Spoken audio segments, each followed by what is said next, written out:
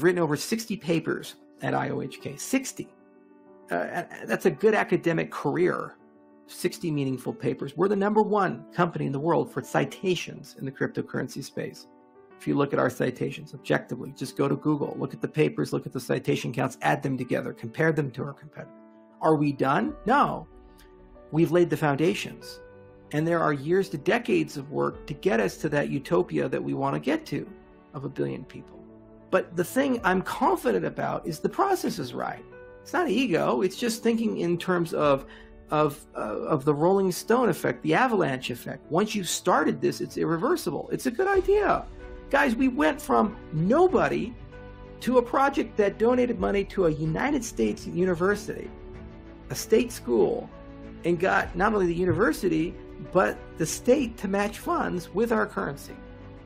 And we did that in just a few years from launch. And that lab is going to produce enormous value for that university. It's going to train great graduate students and give them great careers. It's going to create jobs in the state of Wyoming. It's going to produce academic peer-reviewed papers. It's going to create real products that are going to authenticate watches and shoes and other things. And more importantly, it's a small brick in a bigger wall that we're constructing that legitimizes a university working with this protocol. And in a very short period of time, no one's going to come to me. They're going to go right to the Treasury system, the students groups and the professors, and say, I want to do research in the Cardano protocol. And they're going to treat Cardano like the NSF. And what does that mean? We've just opened up the welcome mat for millions of academics across the world, every country on an equal playing ground, to collaborate and participate and have ideas and bring new concepts to our ecosystem. How the hell is F2 better than that?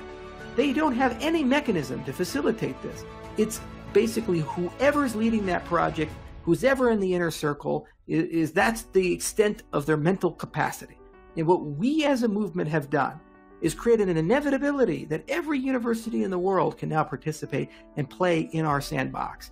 And all the future Einsteins, the future Fermis, the future Terry Taus, they can now look to us to fund their dreams and fund their research if it's relevant to our domain.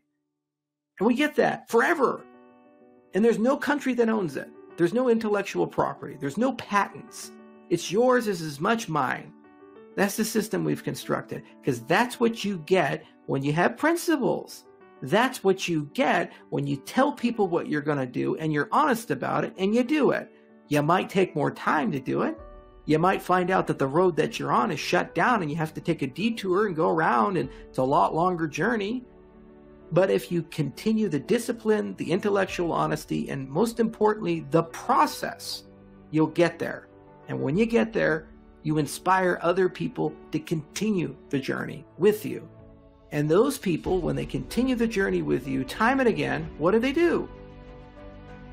They bring new ideas, they bring new approaches, and inevitably they come up with that idea that cures the cancer, that idea that allows you to scale to 1 billion people and do it with the trade-offs that we as a community are willing to take. I will never tell you that this is an easy thing, a short-term thing. It is a philosophical thing, and it's a work thing. It's a discipline thing, and it's a process. And my job is to push the boulder down the hill. I had to push it all the way up to the top of the hill. We got it there, and we give just a little bit of a push. That first domino. That's why the tagline of IOHK is cascading disruption. This concept of a little bit of a push cascades and gets bigger and bigger and bigger and bigger and bigger. And 20 years from now, I will wake up and it's irreversible and inevitable. We have set the wheels in motion and we are there. And no one else has that. This is the core value proposition of Cardano. And it's why we get so passionate about these things. It's why we fight these things. It's why we call these trolls out.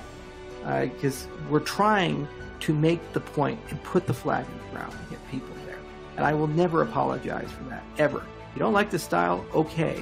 You don't have to like it. There are other people in this project. There's other ideas in this project. There's many other leaders in this project. I'm just one of many voices.